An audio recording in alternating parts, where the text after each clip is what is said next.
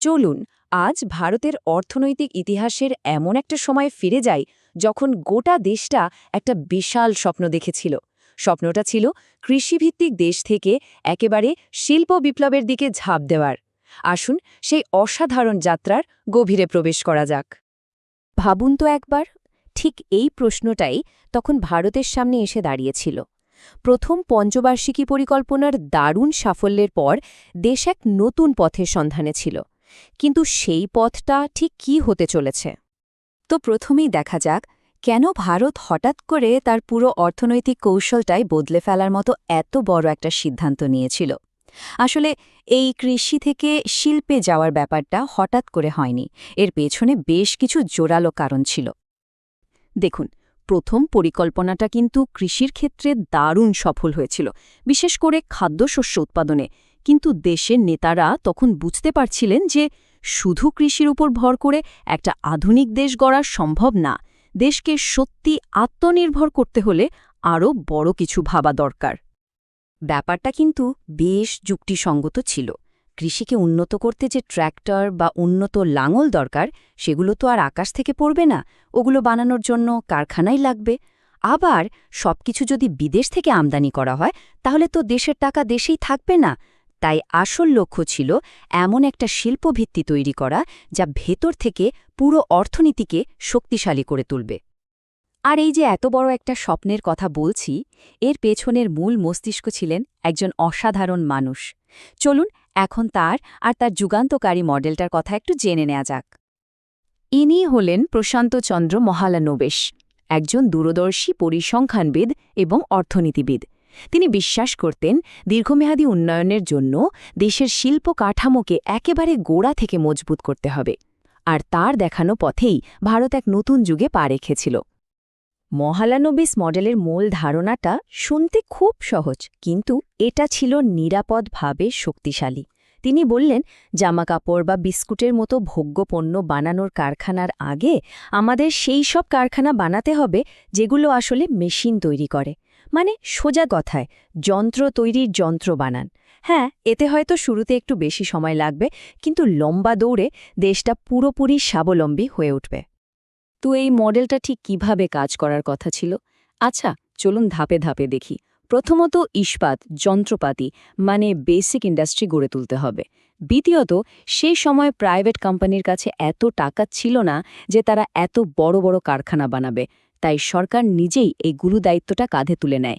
এতে দেশের টাকা দেশেই থাকলো, আর সব মিলিয়ে লক্ষ্য ছিল একটাই, আমদানি কমিয়ে দেশের অর্থনীতিকে মজবুত করা। তো প্ল্যান তো রেডি, কিন্তু বাস্তবে মাটিতে নেমে যখন কাজ শুরু হলো, তখন এই শিল্পায়নের চেহারাটা ঠিক কেমন ছিল? চলুন সেটাই এবার দেখে নেওয়া যাক। এই নামগুলো দেখুন, এগুলো ছিল আক্ষরিক অর্থে নতুন ভারতের এক একটা প্রতীক। ভিলাই, দুর্গাপুর, রাউরকেলার ওই বিশাল বিশাল স্টিল প্ল্যান্টগুলো শুধু কারখানা ছিল না, এগুলো ছিল ভারতের শিল্প আকাঙ্ক্ষার এক একটা স্তম্ভ। আর আন্তর্জাতিক সহযোগিতায় তৈরি হওয়া এই প্রকল্পগুলোই ভারতের ভবিষ্যৎকে একটু একটু করে গড়ে তুলছিল। আর ব্যাপারটা শুধু কয়েকটা কারখানা বানানোতেই থেমে থাকেনি। ১৯৫৬ সালের শিল্পনীতি প্রস্তাবের মাধ্যমে দেশের অর্থনৈতিক নীতিটাকে একেবারে আমূল বদলে ফেলা হয়। রাষ্ট্রকে বসানো হয় অর্থনীতির চালকের আসনে, যা পরের কয়েক দশক ধরে ভারতের পথ ঠিক করে দিয়েছিল।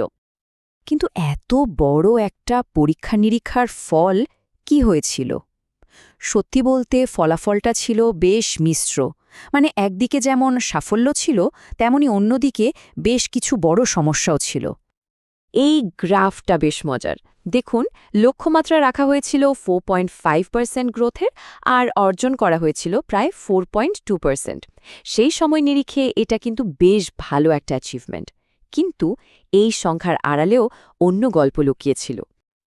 এই টেবিলটা দেখলেই পুরো ছবিটা পরিষ্কার হয়ে যায়। একদিকে যেমন দেশের শিল্পের ভিতটা মজবুত হচ্ছিল, অন্যদিকে কৃষিকে অবহেলা করার ফলে মারাত্মক খাদ্য সংকট দেখা দিয়েছিল।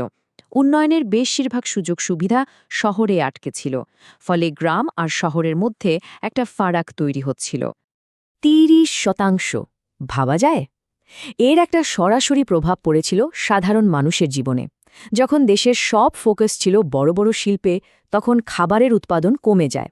আর তার ফলেই জিনিসপত্রের দাম, বিশেষ করে খাবারের দাম, হু হু করে বেড়ে গিয়েছিল, যা সাধারণ মানুষের জন্য একটা বিরাট চাপ তৈরি করেছিল।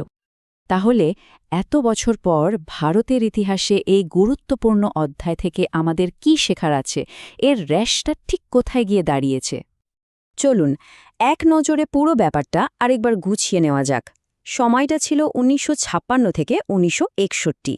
প্রধানমন্ত্রী জওহরলাল নেহেরুর নেতৃত্বে আর মহালানবিশ মডেলকে ভিত্তি করে এই পরিকল্পনার মূল লক্ষ্যই ছিল ভারী শিল্পায়ন। এর ফলে ভারতের শিল্পের ভিত্তি তৈরি হয়েছিল ঠিকই, কিন্তু অর্থনীতিকে একটা বড় ধাক্কাও সামলাতে হয়েছিল।